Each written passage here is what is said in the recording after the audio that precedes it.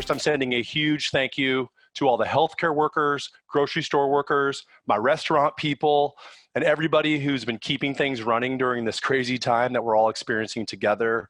We appreciate you. And I'm also anxiously awaiting the return of barbershops. Through today's event, by the way, we raised over $1,000, and I'm thanking you for that.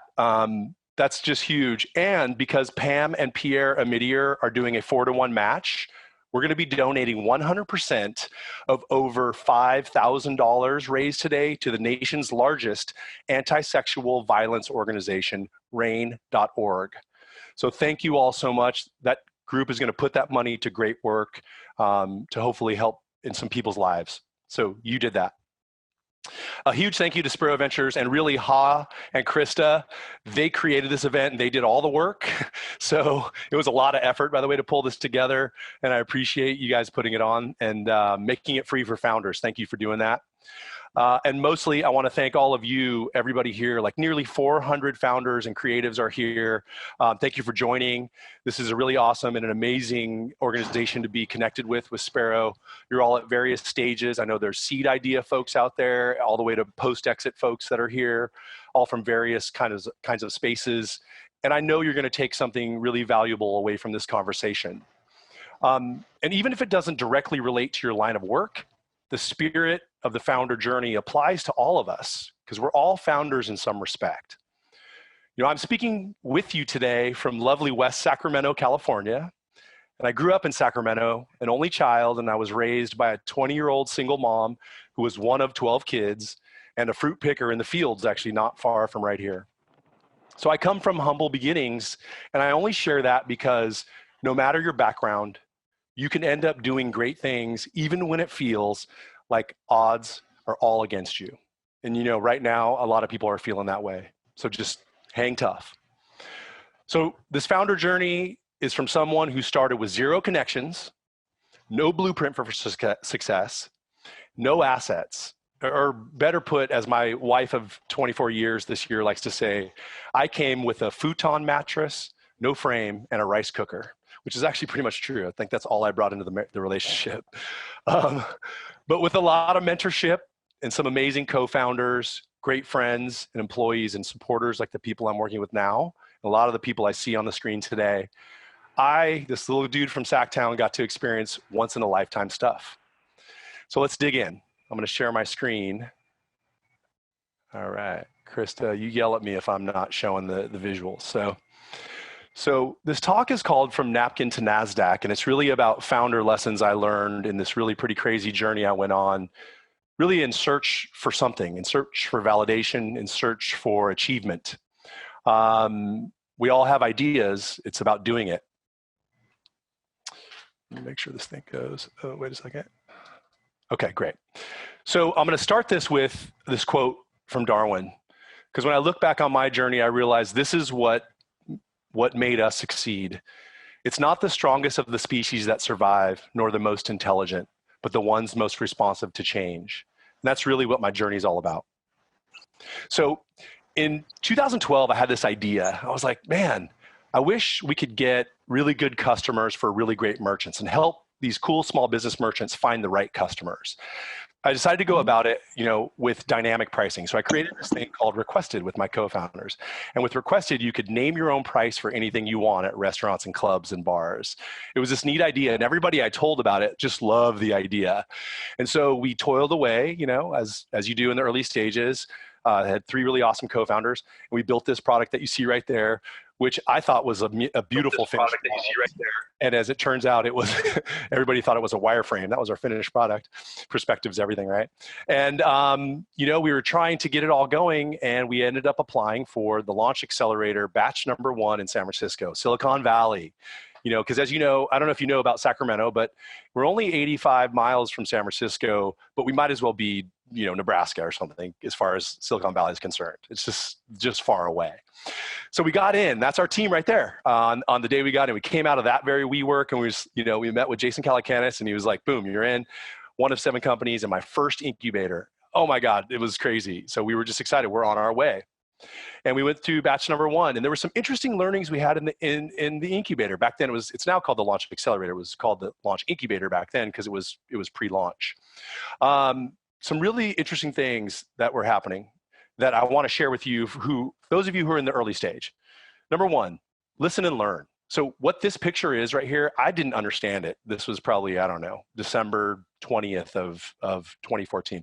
This is Josh Ellman. He came and talked to us, his kite of users. I get it now, but I didn't get it then. So I used to take photos and really just remember, you have to listen and learn because there's so many people out there who have done so much more than you, and they want to help. And network. Make sure you network. Anytime anybody in your networks will put you in front of people like Jimmy Chamberlain from the Smashing Pumpkins, who does angel investing, by the way, grab his hand, shake his hand, get close, and raise that money and participate. So I love this picture. I look back on it and kind of laugh. This is my batch. This is February in Menlo Park. We had just finished a pretty big pitch. And we all went out for a little snack afterwards, you can see. And this demeanor kind of says everything, right?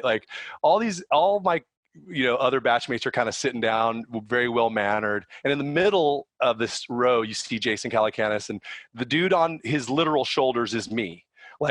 I just was I want to get everything I can out of that. And I've figured out since that the more you participate in these things, the more you're going to get out of them.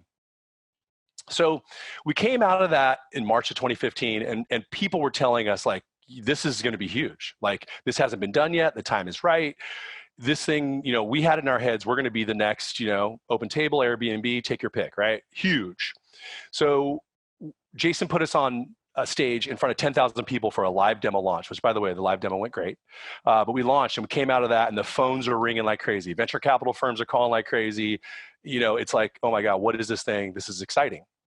And so we raised from the launch fund, we raised from AngelList on the syndicate, filled it, subscribed it, and even Social Capital Partnership, pretty big boutique firm that's pretty fancy, invested.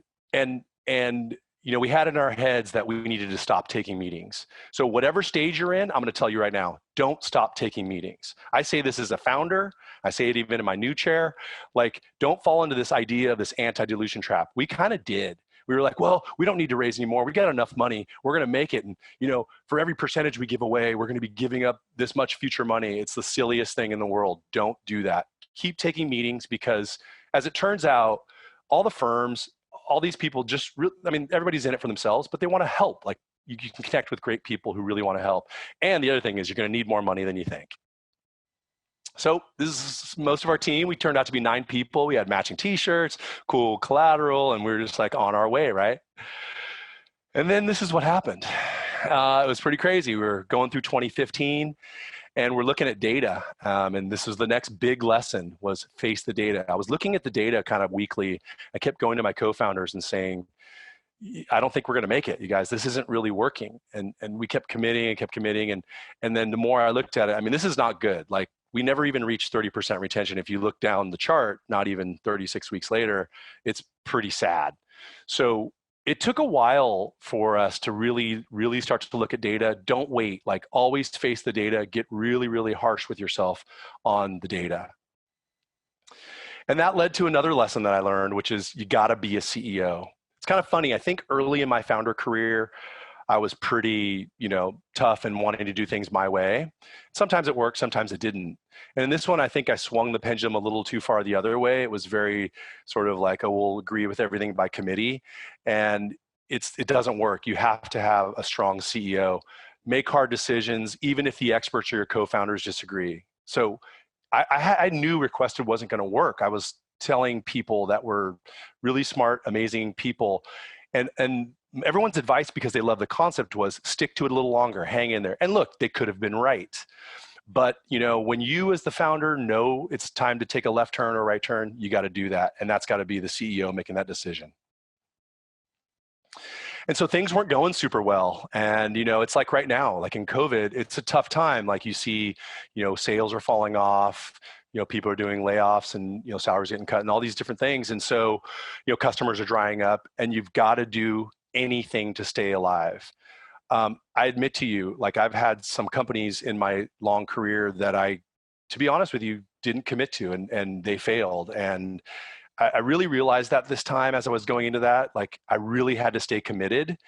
And so it was about doing anything to stay alive. So we got really creative. For us, we were this mobile app where you could name your own price at restaurants and bars. So we're a marketplace. So one, we just kept trying to make it work, working our butts off, focusing on our employees, keep it going. Number two, we were out trying to raise more money. It was like the toughest time in the world. I think January of 2016 was like the worst VC month in history at that time. But I was still out trying to raise money. Three, I was trying to sell the company. Went out, I was taking, very methodical, 2 or 3 calls a day, cold calling companies. Hey, you want to buy our company? No. Okay. But it was interesting. It led to some things. And then we even created a new business model. So we had a few inquiries. You got to listen, right? We had a few inquiries of people who said, you guys can't figure it out. We love your concept. License the software to us and we'll figure it out. And in the early days, we were like, no, we're too cool. We're going to be big. We don't need to do that. And so we started saying yes. And my awesome co-founders built an entire white label software stack in 1 month. My awesome investor, CFO, put together an amazing licensing agreement. And we went out and we sold some customers on licensing. And so what was crazy is when you do anything to stay alive, what you'll discover is each one of those things, if you put the effort in, actually gives a little bit of return. We did raise a little bit of money at that time. We did get some inquiries on selling the company. We did actually get a little traction. And of course, we got some customers with this other model. And you got to prepare your ego. And I don't care what stage it is, your early pre-revenue launch, Series A, Series B, like you're going to have tough times, where you're looking into the abyss or jumping in the chasm, whichever cliche you want to use. Prepare your ego. And if you get an offer to embarrass yourself, take it. As a lot of people like to remind me, I actually got an offer to pitch Chris Sacca, even though we had this kind of chart of data and he was an investor in my literal competitor, like direct competitor. I still did it. I mean, I knew he wasn't going to invest, but my partner, Nicole, and I went out to San Francisco and did the pitch. And I showed him this chart. And I'm like, here's what I tried to tell him. If you're looking at this image, I'm like, see those red lines? I mean, look at our linear chart. We are growing. I think he laughed in my face at that point, which is right. Because if you look at the blue lines, it doesn't work. But we did it anyway. And we had to keep the team together. And if anybody out there is going through this right now, of like days feel like months, it's when things are not working or they're slow. And, for us, it was interesting. We told our employees what was going on. We stopped paying the founders. We had a choice. We had enough money you always have a runway discussion, right? And we were like, okay, we can pay all 9 of us and live for 45 days, or we can stop paying the 4 founders and we can live for like 3.5 months or 4 months, whatever the numbers were. And we made the right choice. We stopped paying ourselves, which was painful, really, really painful. But there's a very good reason for that, which I'll get to. Pay your employees. Maybe they take a pay cut, but pay your employees what you can. Cut every cost you can. Manufacture revenue anywhere you can. And it was interesting, when I was thinking about this talk, I went back and I was looking at some images, and my co-founder, John Shumate, and I, when we were talking about our idea, I think this was 2013, I couldn't remember, but 2013 or something like that, we went to a Y Combinator festival in Sunnyvale, and this is Emmett, the founder of Twitch, who, by the way, I think is also a Sacramento area guy. And he gave this really cool talk about, Justin TV to Twitch, and now it's massive, and Amazon and all this stuff. And his last slide was, don't give up. And at the time, I was like, yeah, of course, don't give up. Like, stay true. But man, I really get it. Like, if I can press on you, like really, truly, until like you're dead on the floor, do not give up. So we stayed alive. And we were trying all these different things. And the most amazing thing happened for us. We were out in Baton Rouge, Louisiana, working on this licensing model. And we were out selling restaurant customers. And every restaurant customer I went into, remember this is 2016, they had this other app called Waiter. And all these restaurant partners were saying, God, yeah, sign me up. And by the way, you should meet these guys, Waiters. They're really, really cool. And I was like, there's another food delivery service? Like, that's crazy. I thought the jury was out on food delivery. They're like, oh no, this is really cool. So I emailed the founder and he called me like right away. And I was sitting in my driveway and we're having this talk. And he said, hey, let me guess. And he basically told the whole story I just told you just now. And I said, how the heck do you know that? Like, how'd you know all this? And he goes, because I started pretty much the same product and I figured out it wasn't going to work. And I love it, but we went to food delivery because that's what our customers wanted. And that's what the market wanted. And I went, wow, it's amazing, man. Well, open kimono, here's what we're thinking. Like, you want to come together, you want to help do this, go on this journey together. And at the time, Waiter was pretty small, like, a few hundred drivers. Like, it was relatively small, but they had traction. And so we merged with Waiter, and we came together. Chris Moe, the founder, and the other founders, and I and my founder team, we came together and we said, let's attack this space together. And so I came back and I gave an alumni update to my accelerator. And Jason always has guests inside the accelerator. And I said, hey, by the way, here's what's going on with Requested. And things weren't going too well, but we're going to give it another go. But what's cool is we're going to merge with Waiter, and there's a future for this company. And remember this, just remember this. They will laugh at you. There's some people in the room, some very kind of big name people in the room.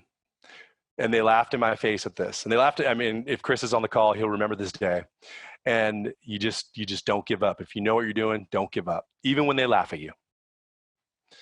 And what I figured out, what I was doing for Requested and for Waiter and for everything, was really discovering where your core values should lie, in my belief, which is when you're a founder, you got to provide value in order for your shareholders, then your employees, and then you.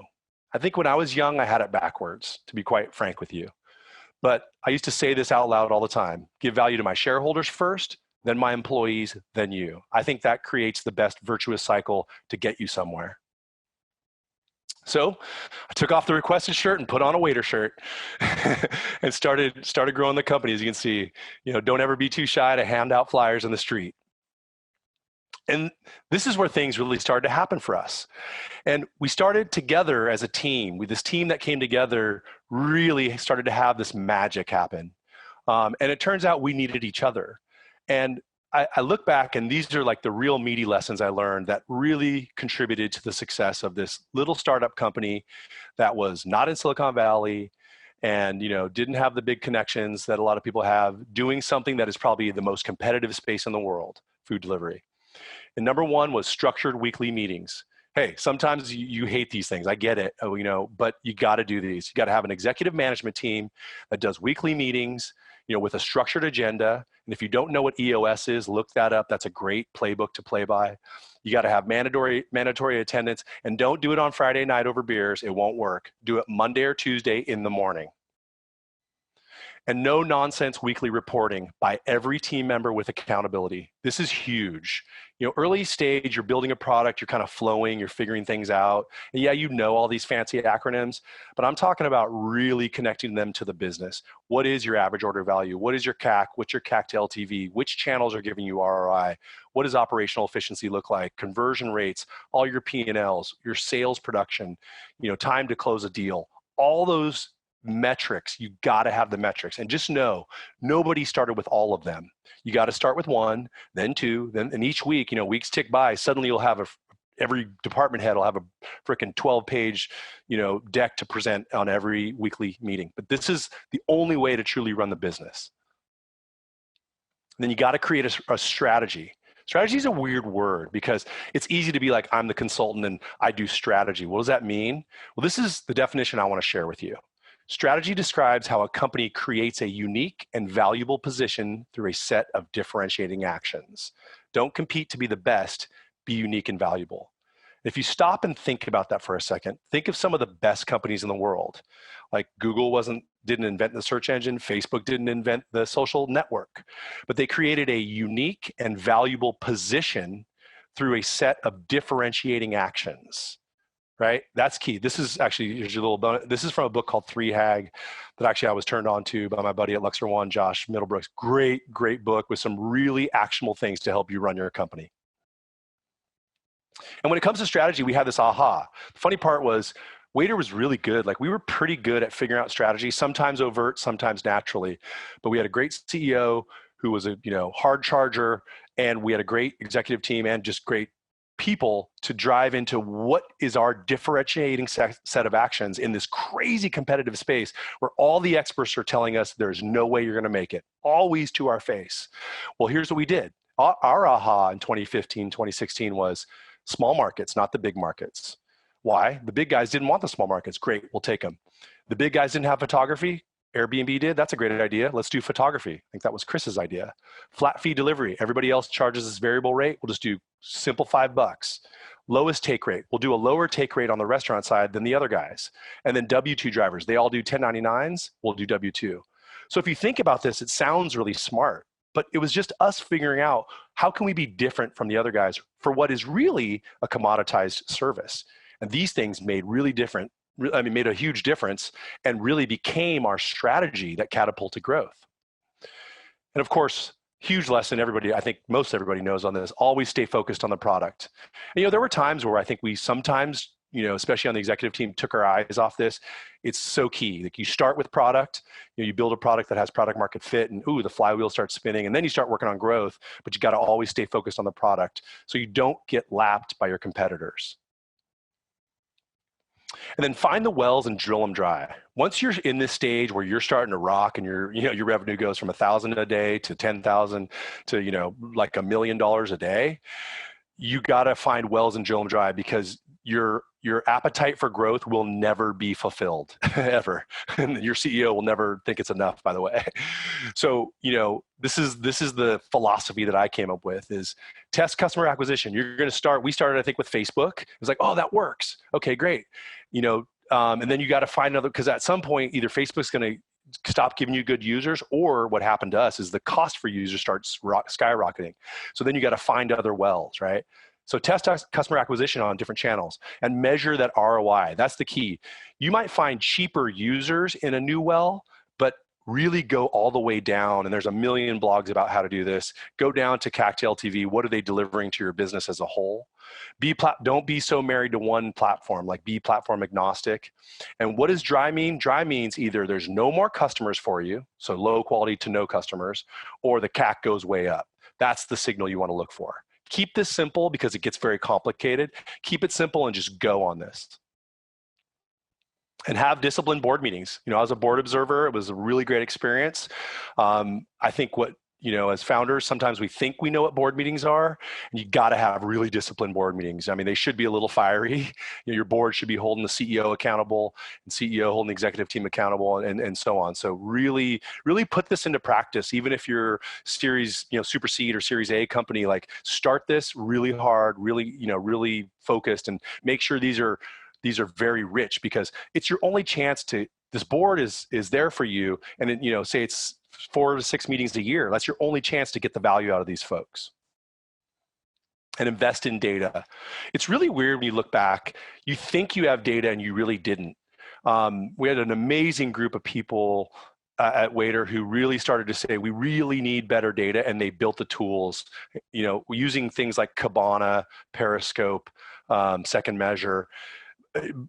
Don't take this as a cliche, big data Silicon Valley thing. This is really important. It is so much easier to run your business with really good data that connects the dots and build a strategy than just guessing.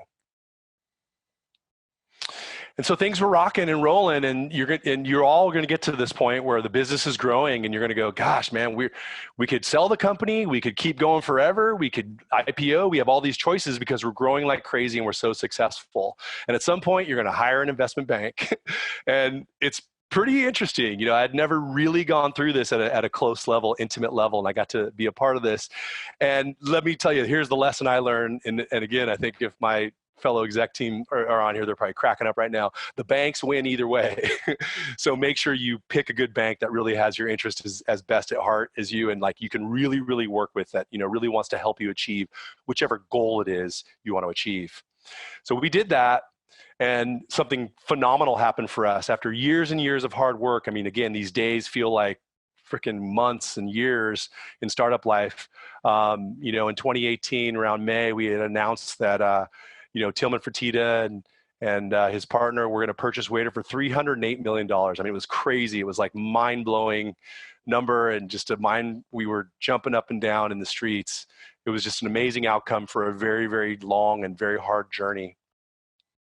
And another interesting lesson came out of that, and the older guys in the room will know what this is, but prepare now for a clean bill of health. Auditors are going to get up in there. So we announced that in May, and we had plans to, have a big event in November. And, to do that event, they're like, great, we want 3 years of audited financials and all this really like intense stuff. And so, really Chris and Dave Pringle and a few other folks did the miraculous job of getting together 3 years of documents in like 6 or 7 months. It was just incredible. But the more you prepare for this now, it's kind of like board meetings. Like, it's not fun stuff to do as a creative startup founder, but these are the things you want to have somebody thinking about at the company. So after all that, we had this just phenomenal outcome where Waiter went public on Nasdaq, and it was just nuts. Like, and the most important thing here to me was that we were in New York in Times Square at Nasdaq, looking around at the people that were gonna ring the bell. It was the same people we started with. We didn't plug in different people. We stayed together through hard times and good times, and stuck it out. And we got to have one of the most amazing experiences, and look up. And if you look at this picture, like, actually, I think like you walk in and they put your logo, and they say Nasdaq opening bell, November 28th, Waiter Holdings. And you're just like, that's not, you're pinching yourself. Like, is that me? And you walk in, they have this podium where you see on, CNBC and all these places. And you looked up, and we were just looking, going, Cisco, Intel, Amazon, Apple, Tesla. Like, what? This isn't us, these Louisiana heads and little Sacto people. It's crazy. And your name's right there. And we had our people right there. It was just a phenomenal experience. This is the platform where you get to ring the bell. That's Chris and his wife and his parents there in the middle. And you can see me over on the left, and I'm a little crazy. I look like this. I mean, it's just like you're going, and there's Jared, my buddy Jared, right there behind me. It's a crazy feeling, and then the confetti drops, and you open the bell, and you ring it, and the markets are going, and they're covering you on TV, and you sign the book. It's just nuts, and you act really stupid right on national TV for all the financial markets, like me there. But it's hard to control yourself in that scenario. And they even put your picture without you ask. No, I did not ask to do this. They put your picture on this 6-story tower out front. It's just an incredible experience. So, I hope these lessons kind of help you, and I hope this story has entertained you for a little bit as well. There's lots more, but those are some of the highlights I thought of. But I'll tell you, really looking back, when I think about the very most important lesson of all is, remember the people behind you. This is my wife and my daughter Violet and my son Phoenix. They make actually the biggest sacrifices on your founder journey. Trust me on that. When you're on the road, when you're out selling, when you're out building, when you're up late nights and you're on weekends and you're making no paycheck or some paycheck, whatever, these are the folks that make the biggest sacrifices. So remember, just keep that in your mind as a big lesson. So I want to thank you all for having me, and I want to thank Spero Ventures for doing this, and all of everybody for donating to rain.org. That's pretty awesome. That's from Napkin. That's from Napkin to Nasdaq, and hopefully that was about 20 or 30 minutes. I didn't look at the time. But I'd love to turn it over to questions and conversation. I'm going to stop sharing, and cool. let's get this party started. Awesome. Thank you, Sonny.